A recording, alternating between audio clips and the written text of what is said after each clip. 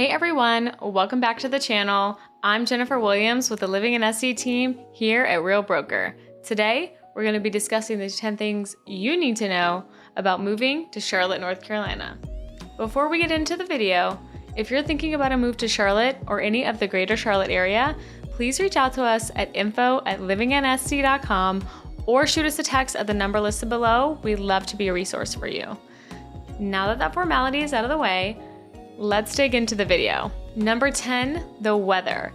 With people flocking here from up north and out west, a lot of them are tempted by the mild weather.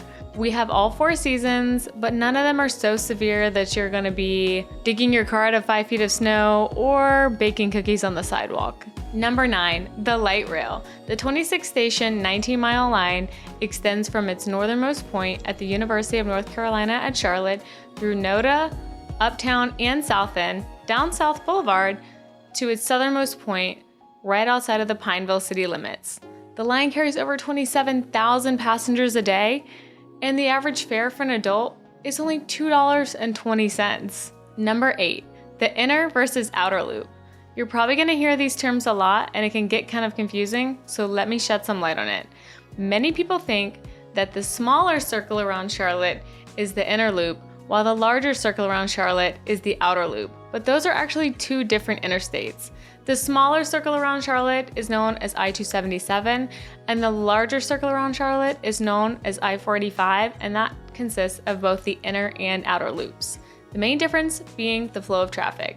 If you're going in a clockwise direction around the city, you're on the inner loop. But if you're going in a counterclockwise direction around the city, you're on the outer loop. Number 7, food.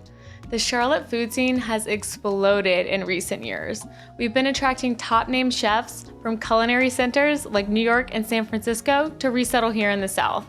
And of course, we do have a plethora of barbecue and Southern food for you to indulge in, but we also pretty much have every cuisine under the sun, so be sure to bring your stretchy pants. Number 6, sports. While I make no claims as to how good our teams are year over year, I will say you're never gonna have a shortage of events to be able to attend. From the Panthers to the Hornets to Charlotte Football Club to minor league baseball and hockey, and let's definitely not forget NASCAR, you will always be able to have an event to go to. Not to mention, we also have an array of league sports if you'd rather get in on the action, such as kickball, softball, pickleball, even rugby. Number 5, Charlotte loves dogs. Take a walk through any street in the city and just see how many people are walking their dog. Seriously, it's like everyone. And with that also comes plenty of dog bars so you and your pooch can be social together. And with that comes my point number 4, breweries. When you think craft beer and North Carolina, your mind may immediately go to Asheville, but don't count Charlotte out of the running.